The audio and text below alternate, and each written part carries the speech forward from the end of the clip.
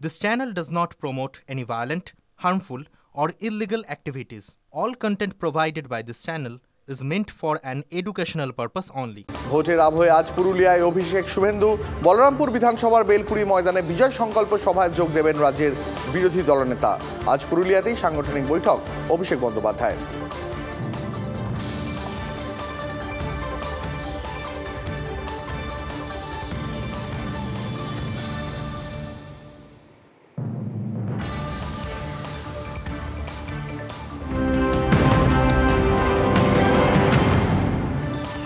এই মুহূর্তে একটা অন্যতম গুরুত্বপূর্ণ খবর, প্রাথমিক নিয়োগ দুর্নীতি মামলা বিশেষ ইডি আদালতে স্থানান্তর করতে চায় সিবিআই। আরও একবার আপনাদের জানিয়ে দিই, প্রাথমিক নিয়োগ দুর্নীতি মামলা বিশেষ ইডি আদালতে স্থানান্তর করতে চায় সিবিআই। আলিপুর আদালতে আবেদন সিবিআই এর। মামলা দ্রুত নিষ্পত্তির আবেদন সিবিআই এর। গরু পাচার মামলার ক্ষেত্রেও দিল্লির রাউজ অ্যাভিনিউ আদালতে সরানো হয়েছিল ইডি ও সিবিআই এর মামলা। এবার একই পদক্ষেপ প্রাথমিক নিয়োগ দুর্নীতি মামলাতেও। প্রাথমিক নিয়োগ দুর্নীতি মামলা বিশেষ ইডি আদালতে স্থানান্তর করতে চায় সিবিআই। আরো বিস্তারিত জেনে নেব সহকর্মী সুজয় পালের কাছ থেকে। সুজয়, দেখো, একেবারেই আলিপুর বিশেষ আদালতে যেখানে সিবিআই প্রাথমিক নিয়োগ দুর্নীতি মামলা চলছে বিচার প্রক্রিয়া, সেই মামলাটিকে এবার সিবিআই চাইছে বিচার ভবনে যে বিশেষ ইডি আদালত সেখানে স্থানান্তরিত করতে, এবং সেই মর্মে তারা আবেদন জানিয়েছিল আদালতে। আজকে সেই মামলার শুনানি হয়েছে। কেন সরানোর আবেদন করা হয়েছে, যেটা সূত্র মারফত আমরা জানতে পারছি, সিবিআই সূত্র মারফত, যেহেতু একই অপরাধের তদন্ত চলছে দুই এজেন্সিতে, সেক্ষেত্রে দুটি মামলা একই আদালতে হলে সেক্ষেত্রে পরবর্তীতে বিচার প্রক্রিয়া এবং আইনি ক্ষেত্রে বেশ কিছু সুবিধা হতে পারে। সেক্ষেত্রে মামলা যে সমস্ত নথি, কেস রেকর্ড রয়েছে, একই আদালতে থাকলে বিচার প্রক্রিয়া দ্রুত সম্পন্ন করা সম্ভব, দ্রুত বিচার বা যে কোনো আবেদনে নিষ্পত্তি করা সম্ভব। সেই কারণেই এই আবেদন। এবং তোমার মনে থাকবে, সম্প্রতি গরু পাচার মামলাতেও কিন্তু দিল্লির রাউস এভিনিউ আদালতে যেহেতু ইডির মামলা চলছিল গরু পাচারের তদন্তে, সেজন্য সিবিআইয়ের গরু পাচারের তদন্তের মামলাটিকে পরবর্তীতে রাউস এভিনিউ আদালতে স্থানান্তরিত করা হয়। তাই এই বিচার প্রক্রিয়া এবং আইনের ক্ষেত্রে সুবিধা পাওয়ার জন্যই এজেন্সির তরফ থেকে এরকম একটি আবেদন করা হয়েছে। আজকে দেখা যাক শুনানিতে কি নির্দেশ দেয় আদালত। সুজয়, তোমাকে অনেক ধন্যবাদ। এদিকে ভাটপাড়ায় তৃণমূলের গোষ্ঠী সংঘর্ষ। তৃণমূলের কর্মীদের হাতে মার খেলেন তৃণমূলেরই কাউন্সিলর। দলের বিরুদ্ধে ক্ষুব্ধ ভাটপাড়া পুরসভা 10 নম্বর ওয়ার্ডের কাউন্সিলর সত্যেন রায়। বিজেপিতে যাওয়ার ইচ্ছা প্রকাশ কাউন্সিলরের।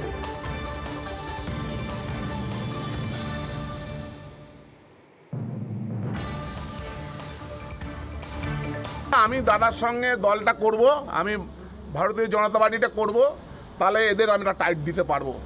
নাহলে এই চোর দল এতদিন করেছি মান সম্মান পাইনি। যেভাবে অর্জুনদা আজকে এই দল করে আজকে সম্মান পেয়েছে, আজকে আবার অর্জুনদা এমপি হবে, মানুষ দুহাত ভরে আশীর্বাদ করবে। তৃণমূল মানুষ কি সারা জীবন কি রোজ মাংস ভাত খায়? সারা জীবন মানুষ একটু পান্তা ভাতও খায়। সহকর্মী অনন্ত চট্টোপাধ্যায় রয়েছেন আমাদের সঙ্গে। অনন্ত, ভোটের বাংলায় এ তো ব্যারাকপুরে নতুন সমীকরণ তৈরি হলো। তৃণমূল কাউন্সিলরের পাশে বিজেপির প্রার্থী, তৃণমূল কাউন্সিলর এবার বিজেপিতে যোগদানের ইচ্ছা প্রকাশ করছেন। একদমই তাই। এই যে সত্যেন রায় দেখছো, এই সত্যেন রায় কিন্তু তৃণমূলের জন্মলগ্ন থেকেই সে তৃণমূলের সক্রিয় কর্মী। শুধু সক্রিয় নয়, সে তার প্রভাব রয়েছে ভাটপাড়া পৌরসভায় এবং 10 নম্বর ওয়ার্ডে সে কাউন্সিলর, এর আগেও সে কাউন্সিলর ছিল। তবে এই যে ভাঙন তৃণমূলের গোষ্ঠী কোণ্ডল ভাটপাড়ায় শুরু হলো, এটা কিন্তু অন্য সমীকরণ শুরু হলো। এতে বিজেপির প্রার্থী অর্জুন সিংয়ের কিন্তু লাভই হলো। কিন্তু এই যে দলের মধ্যে কোন্দল, গতকাল রাতে পার্থ ভৌমিক অর্থাৎ তৃণমূলের যিনি প্রার্থী অর্থাৎ ব্যারাকপুর লোকসভায় সত্যেন রায়কে ফোন করেছিলেন এবং ফোনে তাকে দলে থাকতে বলেছিলেন, বিজেপিতে যেতে না করেছিলেন। তিনি সেই কথা মানেননি। তিনি তার একটাই বক্তব্য সত্যেন রায়, যে তৃণমূল করে তৃণমূলের হাতে মার খেতে হচ্ছে, তার পরিবার মার খেয়েছে, সেই জন্য তিনি এই দলে আর থাকবেন না। যে দলে থাকলে তৃণমূলের কর্মীরা তৃণমূলের অফিসে ঢুকে মারছে এবং থানায় অভিযোগ করা সত্ত্বেও সে এখনও পর্যন্ত গ্রেপ্তার হয়নি। এই ক্ষোভেই কিন্তু তিনি দল ছাড়ছেন। এবং শুধু আমাদের কাছে যা খবর আছে, শুধু সত্যেন রায় নয়, আরও 2-1 কাউন্সিলর কিন্তু বিজেপিতে আসতে পারে ভোটের আগে। এমনটাই যে সমীকরণ, এই যে বাতাবরণ তৈরি হচ্ছে, এটা কিন্তু তৃণমূলের পক্ষে বিরাট চাপের। তবে এই যে ভাঙন, পরিস্থিতির উপর নজর রাখো। অনেক ধন্যবাদ আপাতত তোমাকে। এই নিয়ে অর্জুন সিং কি বলেছেন শুনবো। পার্টি অফিসের মধ্যে একটা মাতাল লম্পট ছেলেকে দিয়ে তৃণমূলের যে তৎকাল তৃণমূল আছে তারা ওকে মার খাইয়েছে, ওরও মতন পিটিয়েছে। তারপরে পার্থভৌমিক নাকি ওকে ফোন করে থ্রেট করেছে। না, ও পার্থভূমিকে জয়েন করার জন্য ওই করছে, আর বারবার বলছে তুই যাস না। আর যে মেরেছে সে আমাকে ফোন করে ঠেট করে বলছে তোর ছেলেকে এবার রোজ মারবো। থানা অভিযোগ দায়ের করা সত্ত্বেও পুলিশ নিষ্ক্রিয় আছে। আমি ওকে রিকোয়েস্ট করব একটাই কথা, কি এই দলে থেকে তোমার পরিবার কোনো সম্মান আর থাকবে না, কেন এই দল মাতাল ডাকাত গুন্ডা বদমাশদের কাছে চলে গেছে।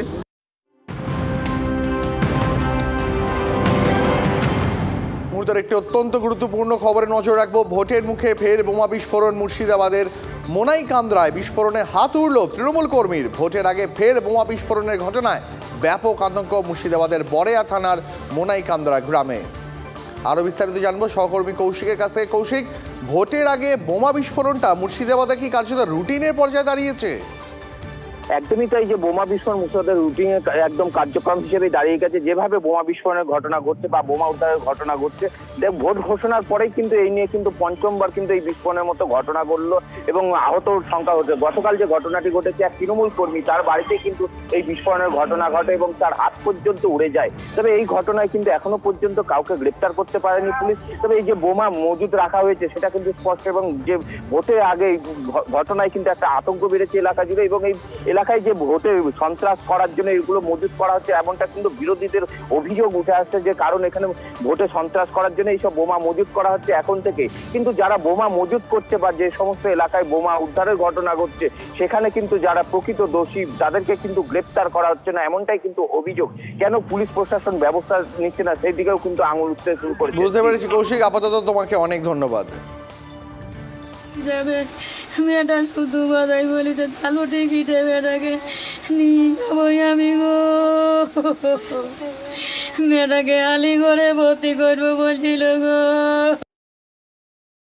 তৃণমূলের দুষ্কৃতী তারা বম বানতে যেয়ে তাদের আঙুল উড়ে যায়।